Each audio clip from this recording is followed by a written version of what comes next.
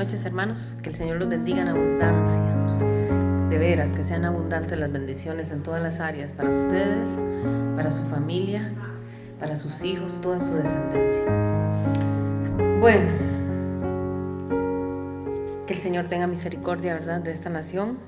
Que esos ojos, como decía Mario, y oraba Mario, que esos ojos que están tan atados sean abiertos y entiendan y conozcan al verdadero, al Dios único, al único mediador entre Dios y los hombres, a Jesucristo, y que entiendan que solo con el sacrificio de Jesús basta y sobra para las bendiciones que Dios quiere.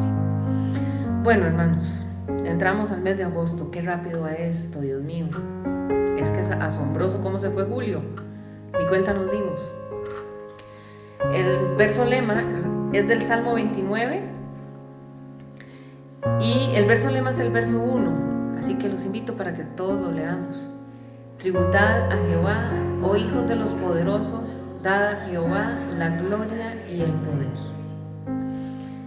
Y me llamó la atención este Salmo 29, porque el versículo 3 de este Salmo habla de, más o menos, me llamó la atención porque es de lo que voy a hablar hoy. Entonces dije yo, Señor, sí, este es el Salmo que tú quieres. El tema, hermanos, que les traigo para esta noche, les he puesto como título, Volviendo al poder de la palabra de Dios. Volviendo al poder de la palabra de Dios, porque la palabra de Dios es poderosa. Todo lo que sale de la boca del Señor es poderoso. Y la Escritura es la palabra de Dios.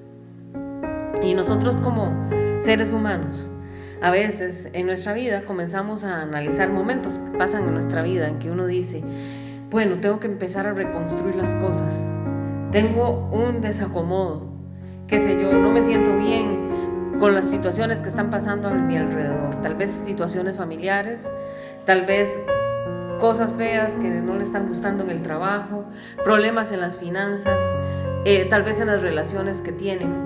Y uno se preocupa y uno dice, hay que comenzar a ordenar esas cosas. Pero la palabra de Dios nos enseña que existe una restauración que es aún más importante que cualquiera de las que nosotros podamos hacer, y es la restauración del corazón. Y en el libro de Nehemías, yo los invito desde ya para que busquen en sus Biblias el libro de Nehemías.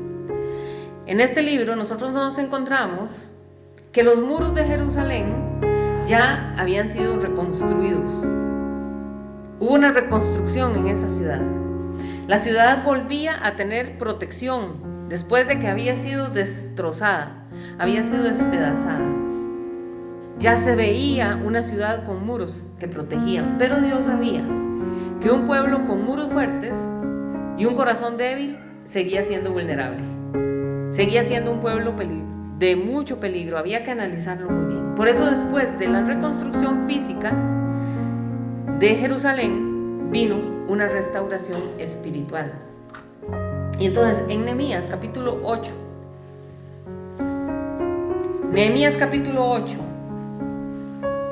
comienza este capítulo y comenzamos a darnos cuenta cómo ahí se da la reconstrucción.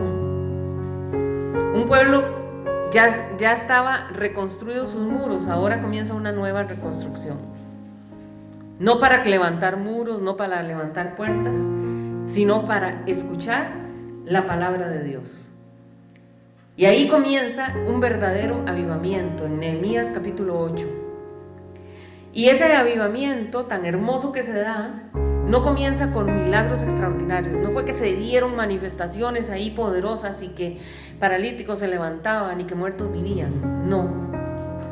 No fueron manifestaciones visibles lo que sucedió en ese avivamiento, sino que el avivamiento comenzó cuando el pueblo tuvo hambre de la palabra, sintió hambre de la palabra, y cuando escuchó la palabra con atención, cuando entendió la palabra, cuando permitió que transformara la palabra el corazón de cada uno de los que estaban oyendo, y cada uno tomó la decisión de obedecer la palabra que estaban escuchando. Ahí inició el verdadero avivamiento.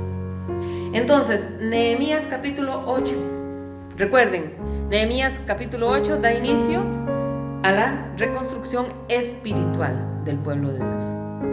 Dice el verso 1: y se juntó todo el pueblo como un solo hombre en la plaza que está delante de la puerta de las aguas, y dijeron a Esdras, el escriba, que trajese el libro de la ley de Moisés, la cual había dado a Israel.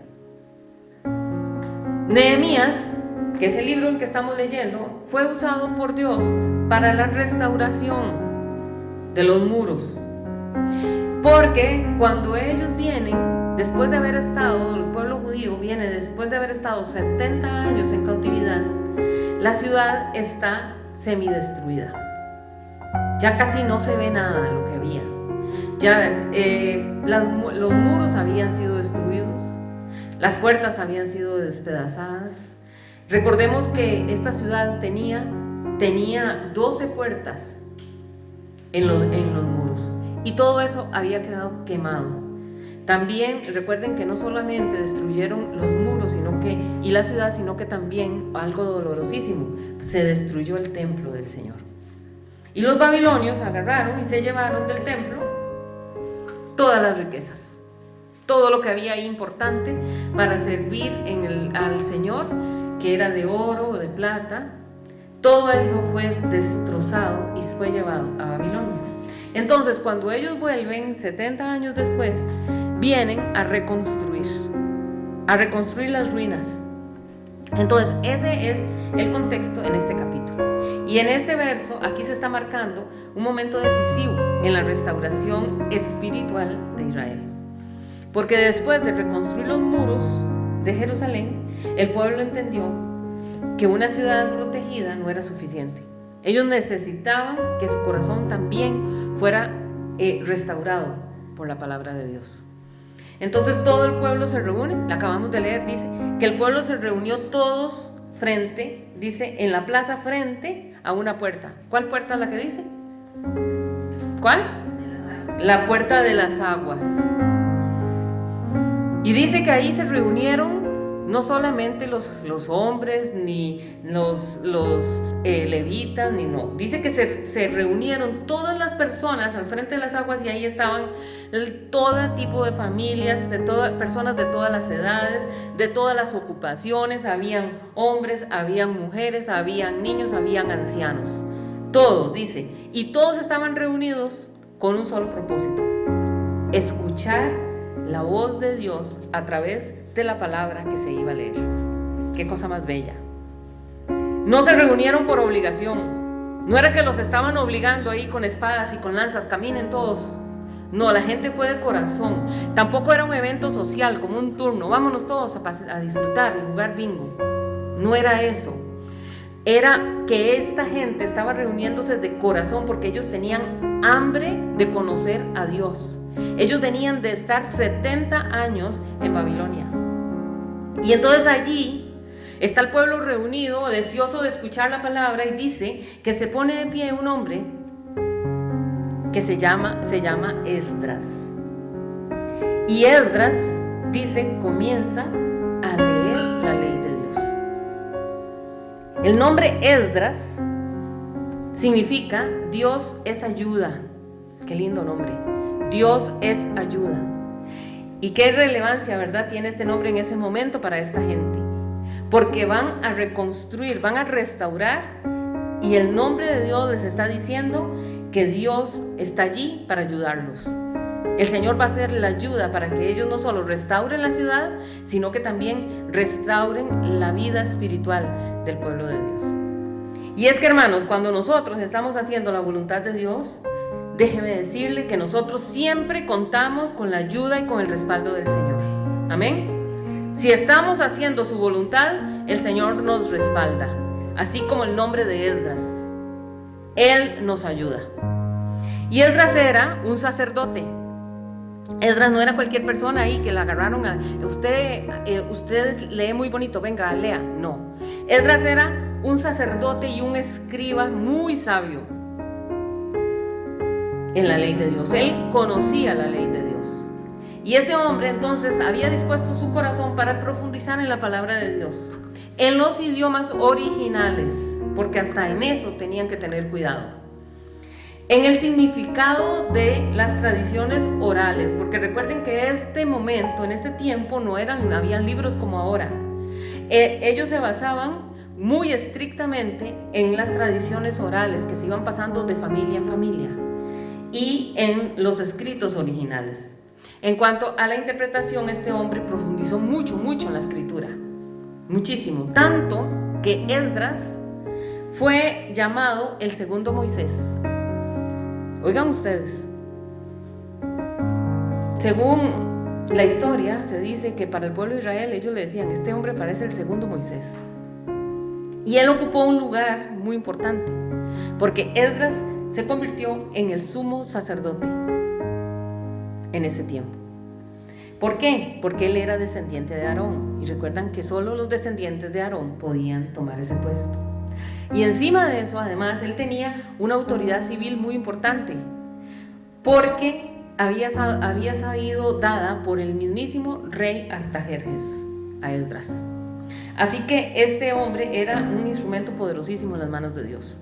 En todas las áreas que usted lo vea, era un hombre que estaba allí porque tenía que estar allí. Y no solamente eso, sino que también él mismo se preparó. Él mismo se esmeró por tener cuidado de conocer y entender bien la palabra del Señor. ¿Qué le suena eso? ¿A alguien le sonó algo? ¿Le hizo un clic? Sí.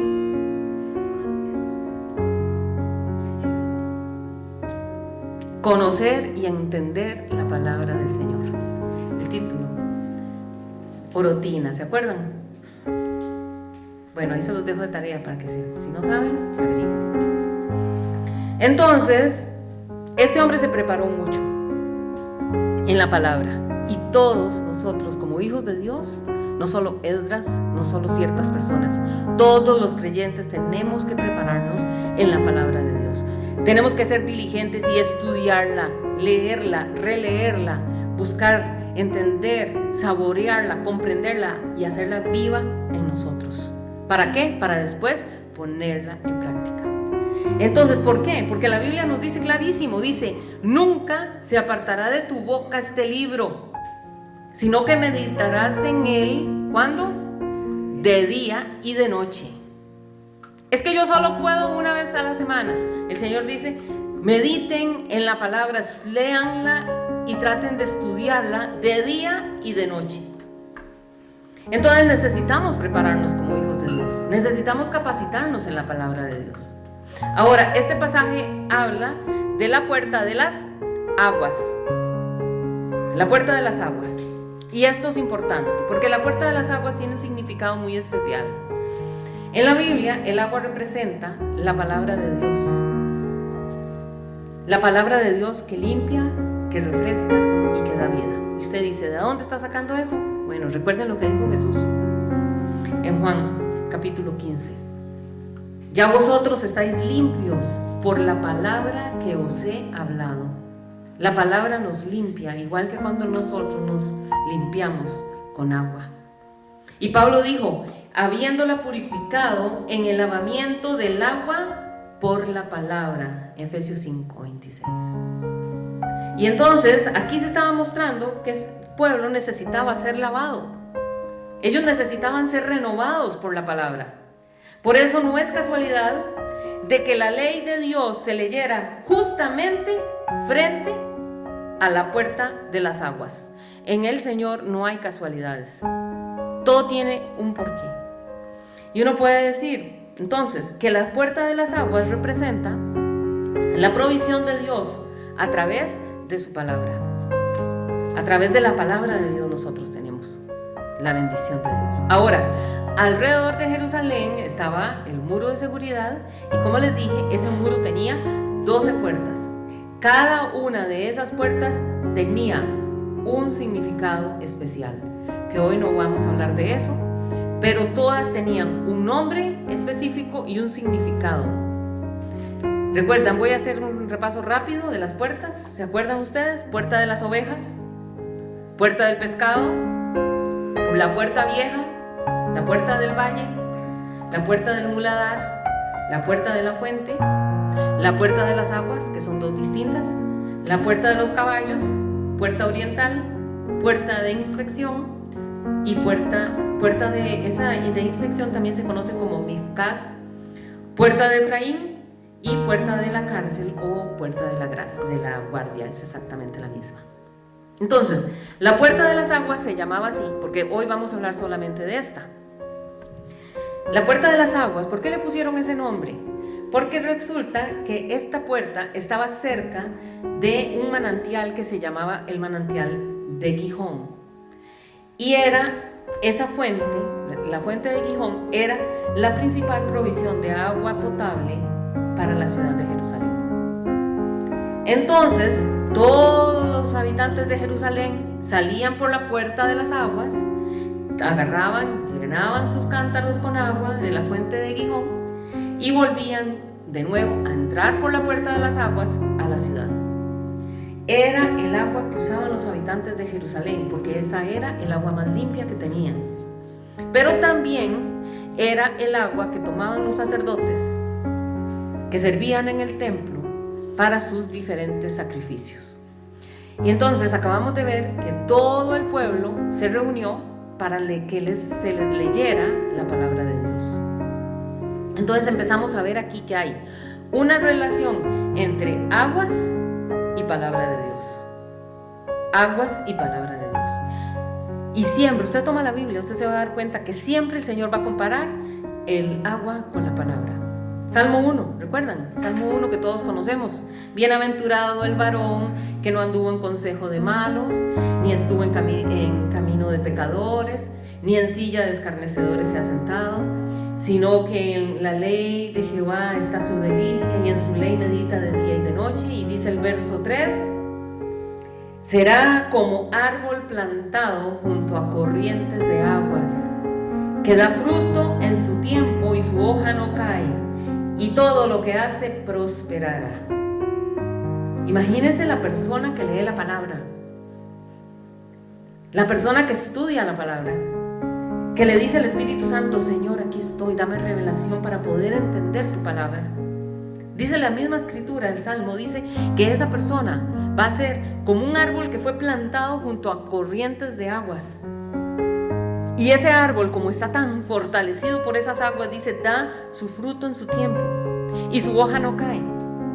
¿Y cómo termina? Y todo lo que hace prosperará. ¿Quién no le gusta eso? Que todo lo que hagamos prospere. Amén. Y de la prosperidad que está hablando aquí es la prosperidad de Dios, no la del mundo. La que es integral, la prosperidad que abarca todas las áreas. Y esa prosperidad está ligada a la palabra de Dios. Entonces, al estar cerca del río, al estar cerca de la palabra, es prosperado.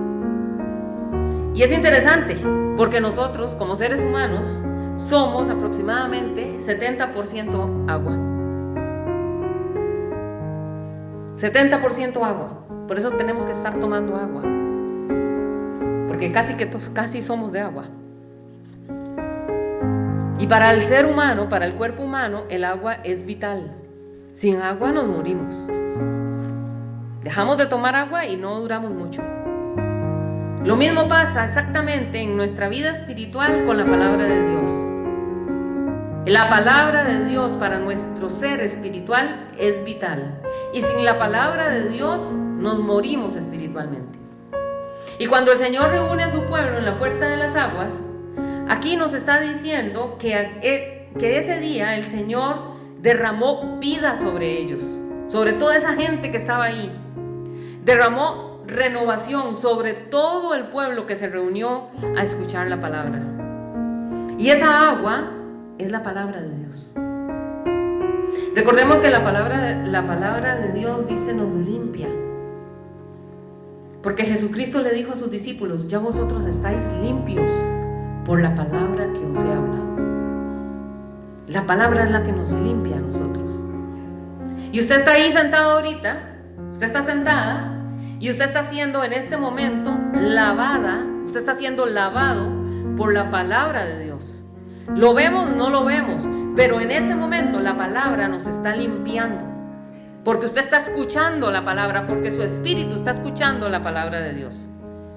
Y la escritura dice, estas semanas anteriores lo estuvimos hablando: clama a mí y yo te responderé y te enseñaré cosas grandes y ocultas que tú no conoces. Entonces aquí recuerden, clamar nos habla de oración, y dice el Señor que Él nos enseñará cosas grandes. Entonces el caminar con Dios es un continuo crecimiento en la revelación de Dios. Cada vez que usted se acerca a la palabra, Él trae cosas nuevas, trae revelación a su vida espiritual. Ve, si leamos versos 2 y 3 del mismo capítulo 8. Y el sacerdote Esdras trajo la ley delante de la congregación, así de hombres como de mujeres, lo que les venía diciendo, de todos los que podían entender. O sea, hasta los chiquitos que podían entender estaban allí prestando atención. Y dice, ¿cuándo lo hizo? El primer día del mes séptimo. Bueno, para nosotros es el mes 8, pero el primer día. Dice que eso pasó el primer día del mes séptimo. Y resulta que el mes séptimo se llama el mes de Etanim. Y ese nombre, Etanim, ¿sabe qué significa? Corrientes constantes. Porque es una referencia a los ríos que no se secan en verano, que tienen corrientes constantes. O sea, la puerta se llama Puerta de las Aguas, y lo hacen en el mes séptimo, que significa corrientes constantes. O sea, se nos habla del poder del agua que viene de Dios. Amén. El Señor quiere traer a su pueblo una renovación a través de la palabra. Que la palabra de Dios nos limpia, que la palabra de Dios convierte el alma, así como el agua nos renueva de una manera especial. Pero no solamente eso, sino que el mes de Tanim era un mes de gozo. El mes séptimo era un mes de gozo. Bueno, usted dirá, claro, era un mes de gozo, estaban escuchando la palabra y el Señor estaba ministrando los corazones con la palabra. Sí, pero además de eso, el mes séptimo, el mes de Tanim, era de gozo porque en este mes se concentran 3 principales fiestas judías: la fiesta de las trompetas, el día de la expiación, o como se conoce como Yom Kippur, y la fiesta de los tabernáculos. La escritura dice que todo el pueblo estaba allí, desde los que podían entender, o sea, hasta los niños estaban escuchando la palabra de Dios. Usted se puede imaginar esa cantidad de personas, qué cosa más hermosa, todos en silencio escuchando la palabra. Verso 3. Y leyó en el libro delante de la plaza que está delante de la puerta de las aguas, desde el alba hasta el mediodía, en presencia de hombres y mujeres y de todos los que podían entender, y los oídos de todo el pueblo estaban atentos al libro de la ley. Aquí estamos hablando de un estudio bíblico, podemos decir, o de un culto, pongámosle el nombre que usted quiera, un culto, digamos, donde se estaba leyendo la palabra del Señor. ¿Por cuántas horas? Podemos decir unas 6 horas seguidas. Un pueblo entero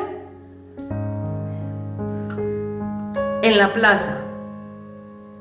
Ahí no habían sillas, ni había techo. 6 horas el pueblo se quedó quietecito. Dice, ¿cómo estaba el pueblo? Los oídos del pueblo estaban atentos al libro de la ley. Y uno se pone a pensar, ahora no voy a decir esta iglesia, porque los que vienen aquí, bendito sea el Señor, yo sé que todos tienen deseos de escuchar la palabra, pero hay mucha gente que no soporta 2 horas que dura un culto. Ya están viendo el reloj, ya se sienten incómodos. ¿Por qué dura tanto? ¿Por qué no lo hacen? Vean, ¿saben qué consejo les doy? Háganlo chiquitico, 1 hora, y va a ver que a la gente le gusta ir. Hermanos, eso es el diablo hablando.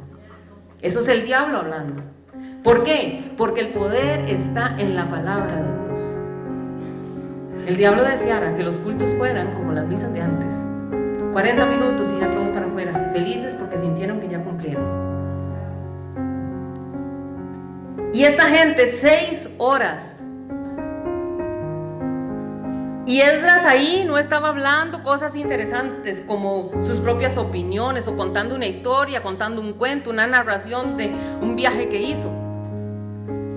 Esdras llevó la ley de Dios porque sabía que solo la palabra es la que tiene la autoridad para transformar vidas. Y el fundamento de toda predicación siempre tiene que ser la escritura.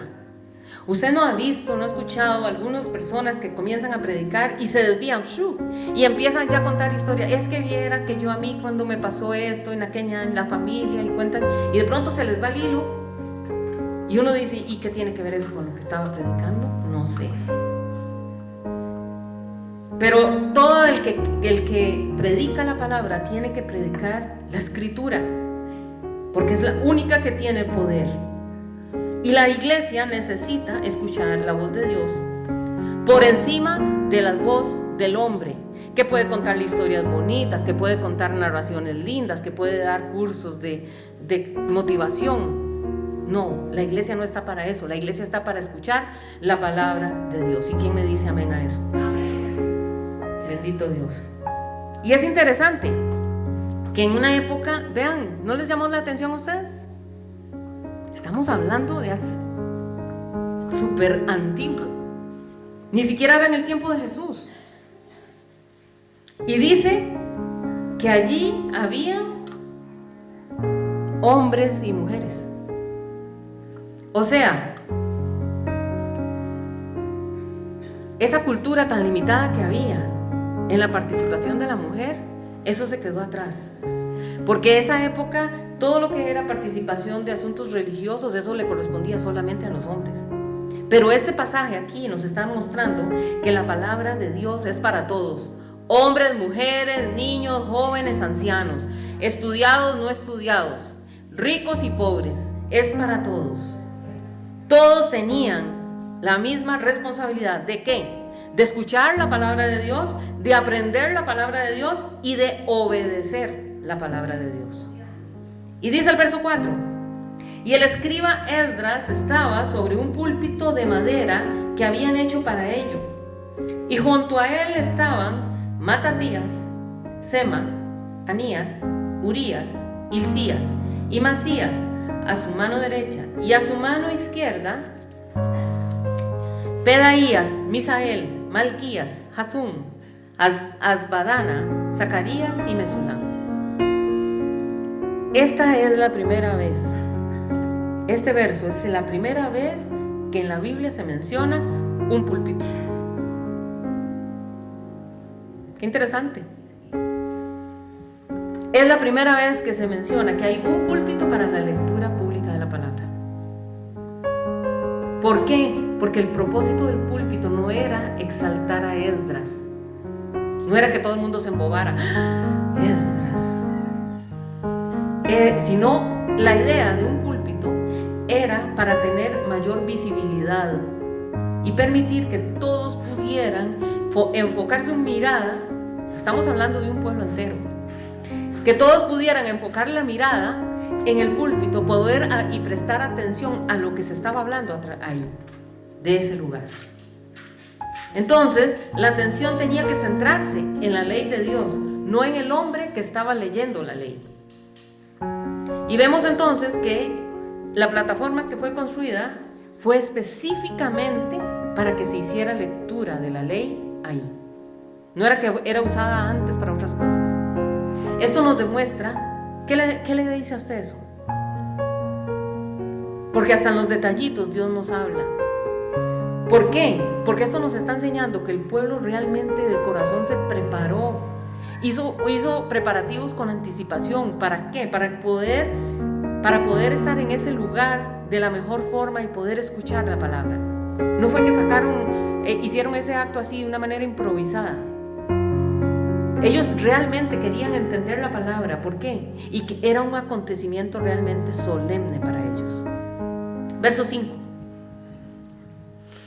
Abrió pues Esdras el libro a ojos de todo el pueblo, porque estaba más alto que todo el pueblo. Y cuando lo abrió, todo el pueblo estuvo atento. Entonces, el hecho de abrir el libro delante de todos simboliza que la voluntad de Dios debía de ser conocida públicamente. El libro no se abrió solamente con los ancianos del pueblo, ni se abrió solo con los más importantes, fue el pueblo entero. Y es que la ley no es de conocimiento reservado. La ley no fue hecha para que solo un grupito de pocas personas tengan el privilegio de conocerla, sino que la ley es la revelación que se le dio al pueblo por completo. Y aquí está quedando demostrado. Eso era lo que Dios quería, que todos conocieran la ley. Y hoy también Dios desea que también su palabra sea conocida por todos, sea leída, sea enseñada y sea comprendida por todos. Y la Biblia no debe de estar cerrada en un estante como mucha gente la tiene. La Biblia no debe estar ahí solamente llevando polvo y vea qué linda la Biblia que yo tengo, pero no me la toque mucho porque no quiero que se me arruguen las hojas. La Biblia debe ser un libro que usted estudie. La Biblia debe ser un libro que usted tenga anotaciones, que usted subraye lo importante, qué fue lo que no entendí. Voy a subrayar esto para luego preguntar qué significa eso o para buscarlo. Eso es lo que Dios quiere, que usted se devore la Biblia y que usted rapidito tenga que cambiar Biblia porque ya las hojas se le arrancaron de tanto estudiarlas. Eso es lo que es la Biblia. No es para que esté en un estante guardada o solamente abierta en el Salmo 91 como hay en muchos hogares. Para eso es la escritura. La Biblia dice la palabra en el Salmo 119, lámpara, es una lámpara. Porque dice, lámpara es a mis pies tu palabra y lumbrera a mi camino. La palabra de Dios debe ocupar un lugar muy importante, el más alto en nuestra vida. No nuestras propias opiniones, no nuestras tradiciones, no nuestras emociones, sino la autoridad de la Escritura tiene que estar por encima de todo eso. Amén. Mis opiniones, mis tradiciones, mis emociones quedan bajo la palabra de Dios y se deben de sujetar a la palabra del Señor. Y si la palabra del Señor lo dice, debemos de obedecer lo que dice la Escritura. Y dice la palabra, y dice, cuando lo abrió. ¿Se imagina usted haber estado ahí en ese momento y ver a Esdras en ese púlpito, agarrar la ley, abrirla? Es que, hermanos, eran años de exilio. 70 años de un descuido espiritual. Y después de 70 años, volver a abrir nuevamente el libro de la ley era una señal de que Dios estaba restaurando a su pueblo de verdad. Y todo el pueblo, dice la palabra, estuvo atento. Ahí nadie estaba distraído. Ahí nadie estaba pensando en los frijoles que dejó. Ahí todo el mundo estaba acatando y obedeciendo y escuchando la palabra. Nadie estaba indiferente, nadie estaba pensando en otra cosa ni viendo los pajaritos. Todos estaban en una sola cosa, escuchando la palabra del Señor. ¿Por qué? Porque ese pueblo tenía hambre espiritual. 70 años de no comer espiritualmente hablando. Entonces ellos comprendían que estaban escuchando no a un hombre hablar. Ellos tenían la total convicción de que lo que se estaba escuchando era la mismísima voz del Señor. Lo mismo que usted va a escuchar cuando usted lee la palabra. Es la voz de Dios hablándonos. ¿Por qué no la abrimos más a menudo? Qué extraño, ¿verdad? Si es la misma palabra de Dios hablándonos a nosotros hoy. Esa actitud nos tiene que a nosotros hacer pensar, porque la misma Lo mismo que Dios quería con este pueblo, lo quiere Dios con nosotros hoy. Hablarnos y que estemos atentos. Pero ¿qué pasa? Que nosotros vivimos rodeados de tantas distracciones. Son tantas las distracciones que hay que se nos olvida. Pero Dios, a Dios no. Dios sigue buscando personas que escuchen, que lean, que busquen de la palabra y que la obedezcan. Recordemos que Jesús dijo: bienaventurados son los que oyen la palabra de Dios y la guardan. Bienaventurados son los que oyen la palabra de Dios y la guardan. ¿Y queremos ser bienaventurados? Entonces hagamos eso. Lucas 11, 28. Pero el diablo siempre va a querer, siempre va a querer tratar de robar la palabra que Dios le está dando. Siempre. Él va por todos los medios va a tratar de que usted no reciba la palabra. Porque el mismo Señor lo dijo. Un día el Señor usó una parábola y dijo así: que un día el sembrador salió a sembrar y empezó a lanzar semillas. Y dice que las aves llegaban y se comían las semillas que el sembrador tiraba. Ahí está el diablo robándose la bendición. Dijo que otras semillitas caían en los espinos y en las piedras y que la palabra se moría. El diablo robándonos, el mundo robándonos, las distracciones robándonos la bendición de la palabra. Entonces, cuando yo leo la palabra, yo escucho un sermón, yo tengo que tener en mi corazón una apertura para que este corazón mío sea como ese terreno fértil, para que Dios pueda lanzar la semilla de la palabra en mi corazón y que ahí se quede y que el diablo no me la robe. Amén. Para que esta semilla comience a germinar en nuestro corazón y se establezca allí y comience a crecer y dar fruto, dice la Escritura, al 100% para la gloria de Dios. Si usted quiere ser honrado, sí, quiere ser bendecido, quiere ser respaldado, honre al Señor. Porque la Escritura dice que Dios honra a los que le honran. Y todos nos gusta escuchar eso. Dios honra a los que le honran. Pero también la palabra dice: y los que tienen en poco a Dios, en poco luego son tenidos. Esa parte ya no nos gusta. ¿Y cómo tenemos en poco a Dios? No oramos, no leemos la Escritura, no profundizamos en ella. Eso es tener en poco al Señor. Verso 6. Bendijo entonces Esdras a Jehová, Dios grande, y todo el pueblo respondió: amén, amén, alzando sus manos, y se humillaron y adoraron a Jehová, inclinados a tierra. Qué hermoso. Esdras comienza y dice que lo primero que hace Esdras es exaltar a Dios. Esdras aquí dice: bendijo entonces Esdras a quién, no bendijo al pueblo, bendijo a Jehová. Esdras no se paró en el púlpito y dijo: yo quiero bendecirlos, hermanos, por haber hecho este trabajo tan bueno. Miren estos muros, miren estas puertas, cómo le pusieron, cómo se esmeraron. Esdras no hizo eso.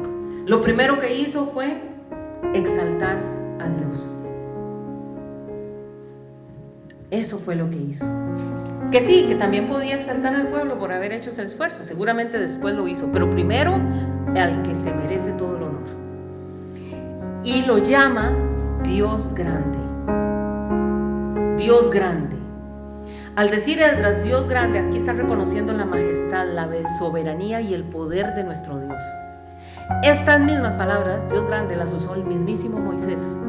Porque Moisés en Deuteronomio 10 dijo: porque Jehová vuestro Dios es Dios de dioses y Señor de señores, Dios grande, poderoso y temible. ¿No sintió un escalofrío? Si no lo sintió, lo voy a leer de nuevo y abra su corazón. Porque Jehová vuestro Dios es Dios de dioses y Señor de señores, Dios grande, poderoso y temible. Ese es nuestro Dios. Y dice que el pueblo dijo lo que acaba de decir Esmeralda: amén.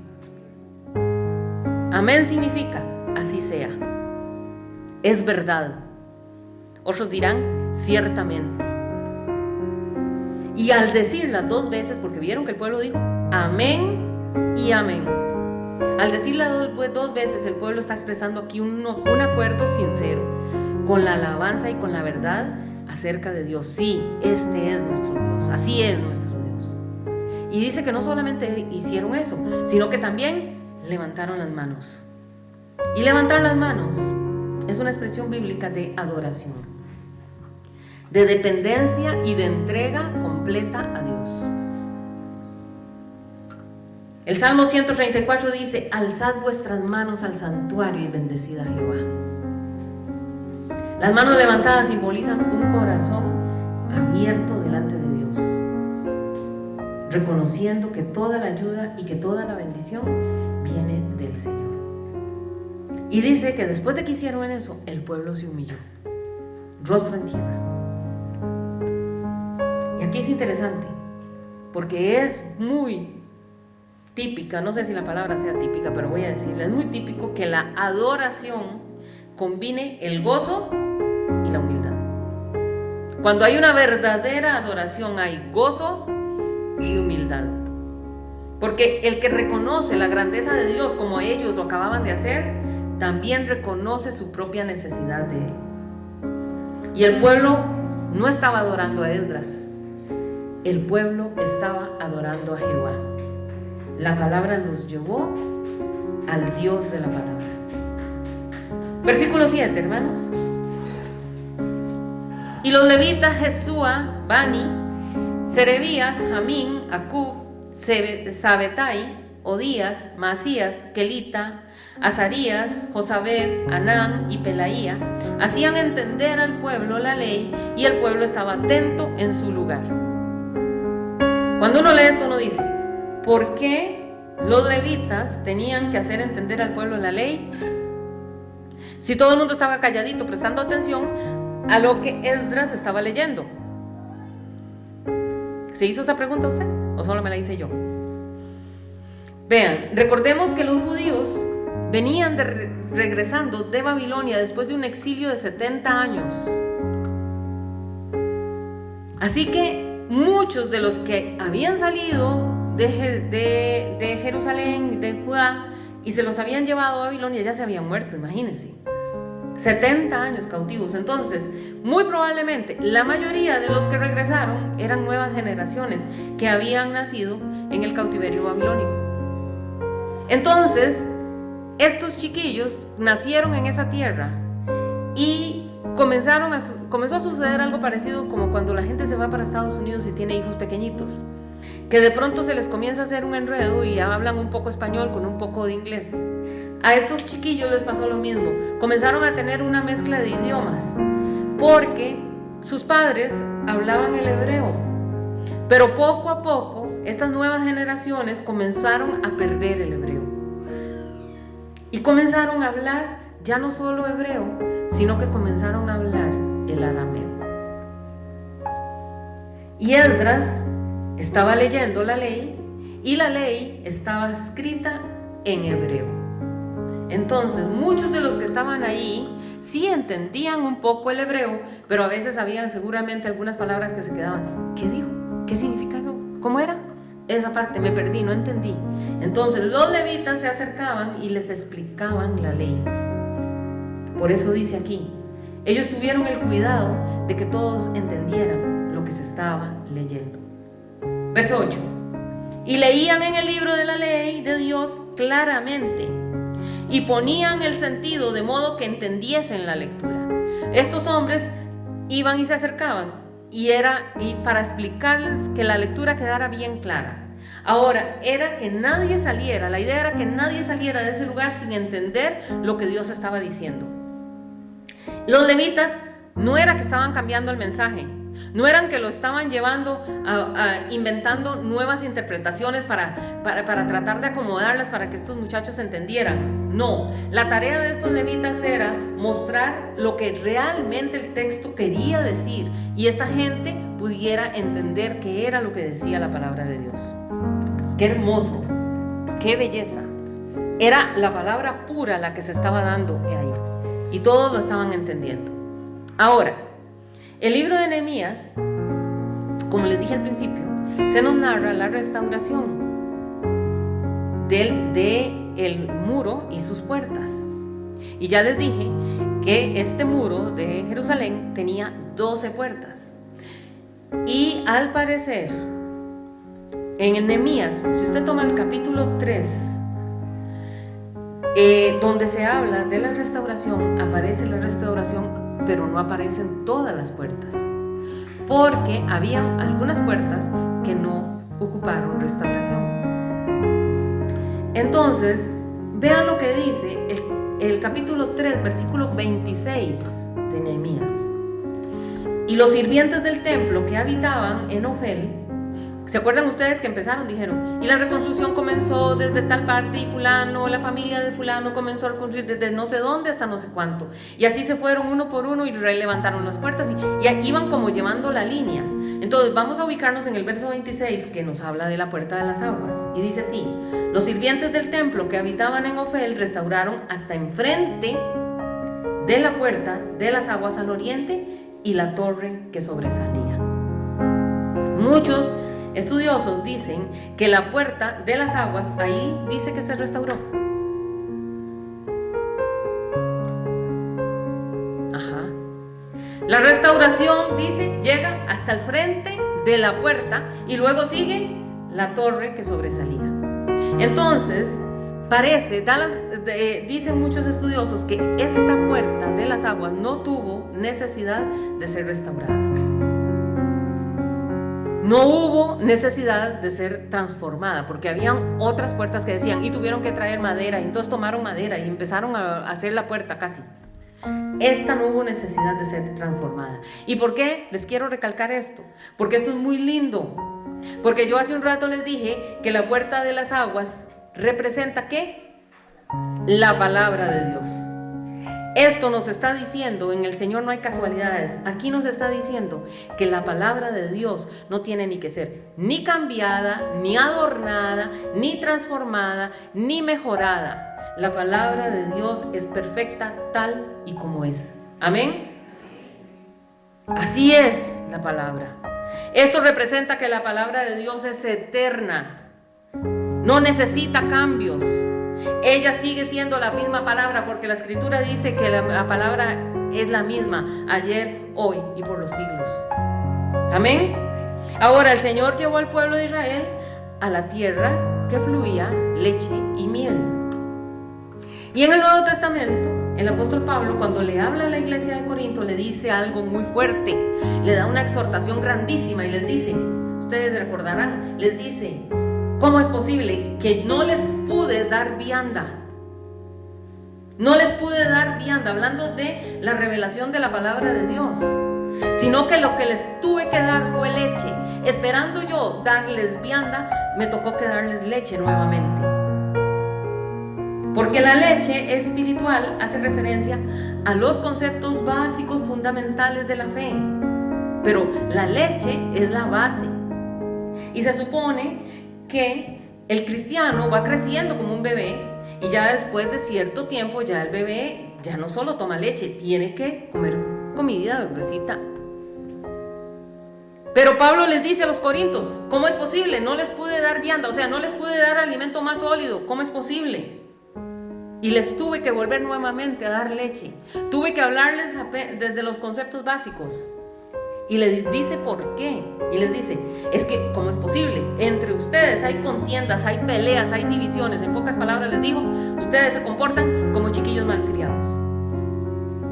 Y así un cristiano no puede crecer.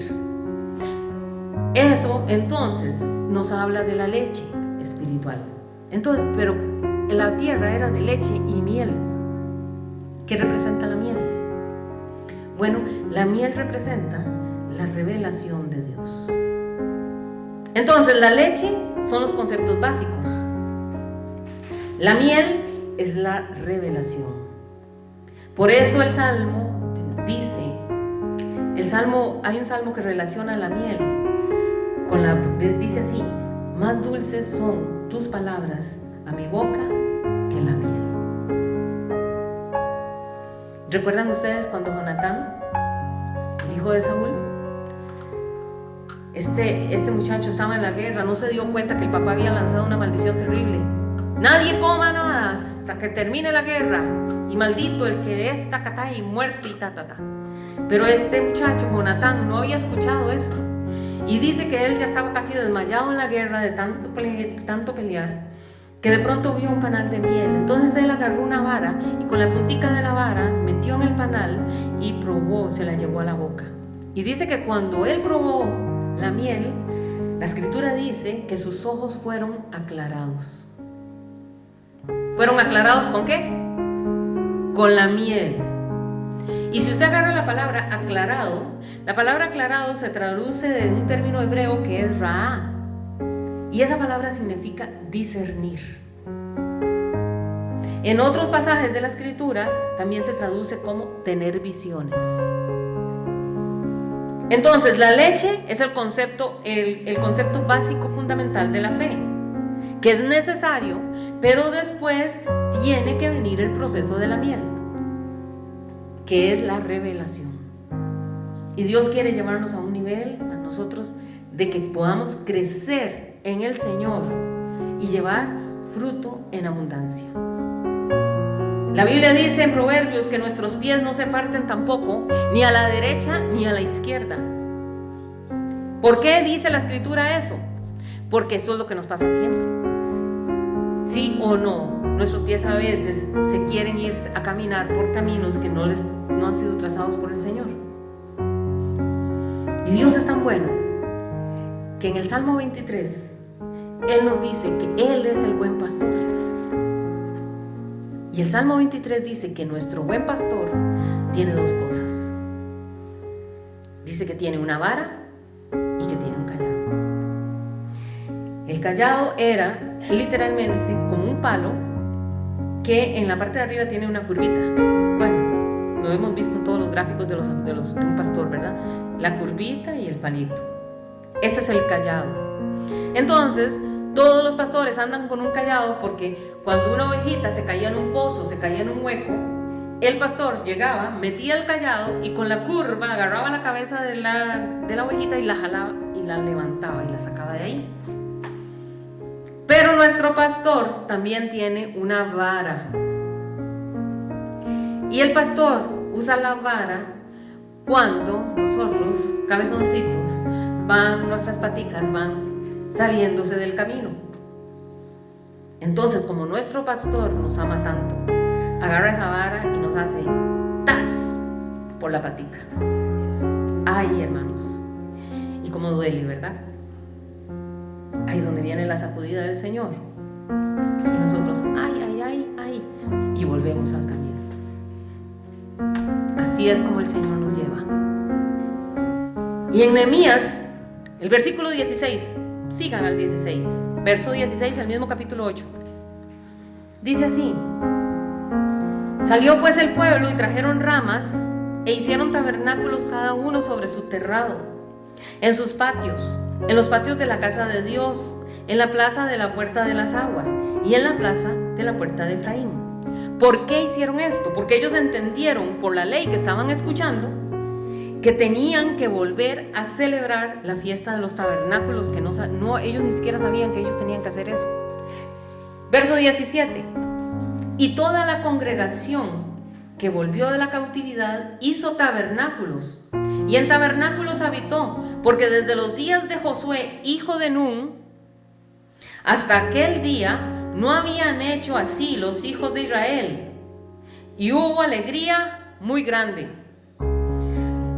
Oigan, no se celebraba la fiesta de los tabernáculos, dice, desde los días de Josué, hijo de Nun. Josué, la mano derecha de Moisés, hasta ese día. Y usted no se pregunta cuánto tiempo pasó. Si se está preguntando, yo le digo: desde los días de Josué hasta Nehemías pasaron 900 años.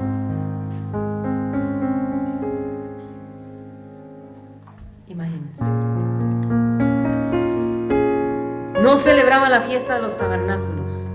Y la palabra del Señor vino y les dijo a ellos: oigan, ustedes han dejado de celebrar la fiesta de los tabernáculos, vuelvan a hacerlo. Entonces les da la orden y ellos dicen: claro, y volvieron a hacer la fiesta de los tabernáculos. La fiesta de los tabernáculos había sido instituida por Dios en Levítico. Y esta fiesta, la ley levítica decía que durante 7 días los israelitas debían de vivir en cabañas hechas con ramas, para recordar que sus antepasados habitaron en tiendas durante los 40 años en el desierto. La fiesta tenía varios propósitos. Primero, recordar la fidelidad de Dios durante la peregrinación por el desierto. Segundo, reconocer que toda provisión viene de la mano de Dios. Tercero, enseñar que cada nueva generación tenía que conocer la historia de la redención de Israel por mano de Dios. Y cuarto, celebrar la cosecha con una acción de gracia, ser agradecidos por la cosecha que se estaba recogiendo. Entonces, al construir nuevamente los tabernáculos, el pueblo estaba diciendo: Señor, queremos obedecer exactamente lo que tú nos has ordenado. Y hay algo maravilloso, y es que en la fiesta de los tabernáculos, los sacerdotes salían por la puerta de las aguas. Oigan esto: en las fiestas de los tabernáculos, los sacerdotes salían por la puerta de las aguas con una jarra de oro.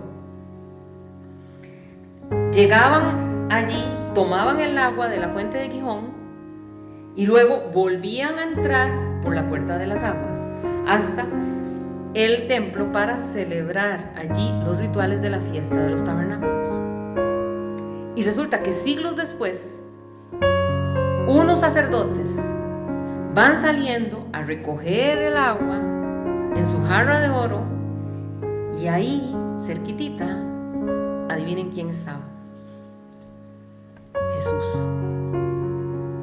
Y en esa fiesta, el Señor Jesús se puso de pie y dijo esto: si alguno tiene sed, venga a mí y beba.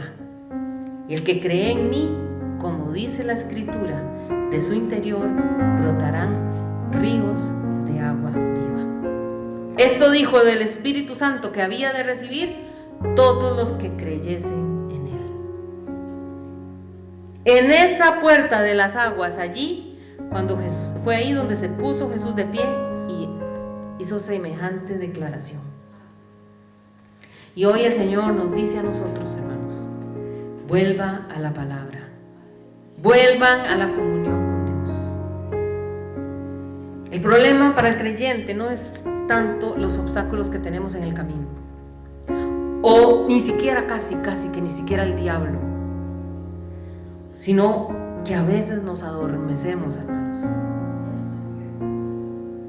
Nos adormecemos y permitimos que el enemigo venga y nos ponga trampas y nos ponga cosas en nuestro camino para desanimarnos, y poco a poco nos vamos enfriando y de pronto ya no nos damos cuenta y estamos lejos de Dios. Y por eso nuestro corazón se siente así a veces seco, porque el agua del Espíritu no está fluyendo. Pero yo necesito, como cristiana, como cristiano, volver a Dios. Necesito volver a la palabra para que el agua de Dios salga de nuestro interior, brotando como ríos de agua viva. Necesitamos el respaldo del Señor. Necesitamos la dirección del Señor, ¿verdad que sí? Y si necesitamos todo eso, necesitamos volver a la oración, volver a la lectura de la palabra. Y la perspectiva entonces comenzará a cambiar. La visión de vida comenzará a cambiar. Por eso es importante volver a la oración, declarando la palabra. Oramos y la palabra a la par. ¿Por qué? Porque en Efesios 6 se nos habla de la armadura de Dios. Y dice que la palabra es la espada del Espíritu. Entonces, cuando usted ora, cuando usted está orando y usted está declarando la palabra, de usted sale esa espada. ¿Sí? Y de usted sale esa espada y viene el Espíritu Santo, la agarra y la usa. Por eso las tinieblas retroceden cuando usted comienza a declarar la palabra. Si usted entendiera el nivel de autoridad que hay cuando usted abre su boca y comienza a declarar la palabra, pasaríamos declarando la palabra las 24 horas del día. Si a pesar de lo que usted está sintiendo, si a pesar de lo que usted está viviendo, usted comienza a declarar la palabra, hermanos, ya usted comienza a decir, no, es que ya no vivo yo, ahora es Cristo que vive en mí. Y si usted dice, mayor es el que está en mí que el que está en el mundo, y si usted sigue declarando, Señor, tú me has dado autoridad, Señor, tú me has dado potestad de hollar serpientes y escorpiones, y yo proclamo que hay poder en la palabra de Dios y que hay poder en el nombre de Jesucristo y hay poder en su sangre, la fe comienza a subir en nosotros, hermanos, y usted empieza a hablar de una manera distinta. Usted comienza a sentir que la situación alrededor suyo comienza a cambiar, y ese problema que usted lo veía gigante, inmenso, grandísimo, de pronto esa aflicción comienza a soltarlo y el problema se comienza a ver más pequeñito. ¿Por qué? Porque usted empieza a proclamar que Dios es más grande que cualquier problema que usted pueda tener. Amén. Y que todo es posible para nuestro Dios. Y usted empieza a declarar, el Espíritu Santo entonces agarra todas esas palabras que usted está declarando con su boca, y el Espíritu Santo agarra esa espada que usted está sacando de la boca suya, y las tinieblas entonces empiezan a retroceder y las cadenas comienzan entonces a romperse, porque es el poder de la palabra. Amén. Es el poder de la palabra en nosotros. Independientemente de nuestra parte sentimental, independientemente de nuestra parte emocional, independientemente de lo que yo esté viviendo, lo que yo esté sufriendo, la palabra de Dios nos da firmeza. Aunque dice la Escritura, aunque vengan ríos impetuosos, aunque vengan tormentas, aunque vengan vientos que sean contrarios a nosotros, usted no cae, porque la palabra de Dios lo fortalece. Porque será, dice la Escritura, como el hombre prudente que edificó su casa sobre la roca, y la roca se llama Jesucristo. Y yo estoy convencida, hermanos, yo estoy convencida de que aquí, hoy, hay una fuente de agua viva. Amén. Y usted y yo, si venimos aquí y adoramos al Señor, venimos a recibir de lo que el Señor quiere darnos a nosotros, de esas fuentes de agua viva. Y en el Señor somos vivificados, hermanos. Somos ministrados, somos alentados. Y aunque vengamos con los brazos ahí caídos y desmotivados, el Señor nos renueva, el Señor nos fortalece. Y para terminar, recordemos, hermanos, otra cosa. Tenemos que ser adoradores. Y adorar también no solamente es entonar, decirle cosas hermosas al Señor, entonar cánticos. Adorar también es reconocer nuestra maldad y pedirle perdón a nuestro Dios. Adorar es reconocer que morimos de sed sin Dios. Adorar es decirle, Señor, es que sin tu fuente de agua yo me muero, necesito de tu agua. Es rendir nuestro corazón a las promesas del Señor. Es creer lo que Dios nos ha dicho, es creer a sus palabras. Es creer el poder que tiene la palabra del Señor sobre nuestra vida. Por eso, hermanos, confiemos en el Señor. Proclamemos su verdad, edifiquémonos, que nuestra vida esté edificada, pero en la palabra del Señor. Porque los cielos y la tierra pasarán, hermanos, pero la palabra de Dios no pasa nunca. Y yo creo que hoy es una noche para decirle eso. Abramos nuestro corazón, digámosle, Padre, gracias. Gracias por el poder de tu palabra, Señor. Gracias, Señor, porque tu palabra me vivifica. Gracias, Señor, porque aunque el diablo quiera lanzarnos cortinas de humo, aunque el diablo quiera hacernos sentir tristes, desmotivados, tu palabra nos levanta y nos para sobre la peña, sobre la roca firme que es Jesucristo. Gracias, Señor, porque tú, Señor, no estás allí para darnos el agua viva que necesita nuestro ser. Gracias, Padre Santo, por ser nuestro Dios. Gracias, Señor, porque tu palabra dice que tú no darás mi pie al resbaladero, ni tampoco se dormirá el que me guarda. Saludos, bendiciones. Somos Project Team Studio Music, un proyecto de Dios y para Dios. Sigamos caminando hacia una eternidad con Dios.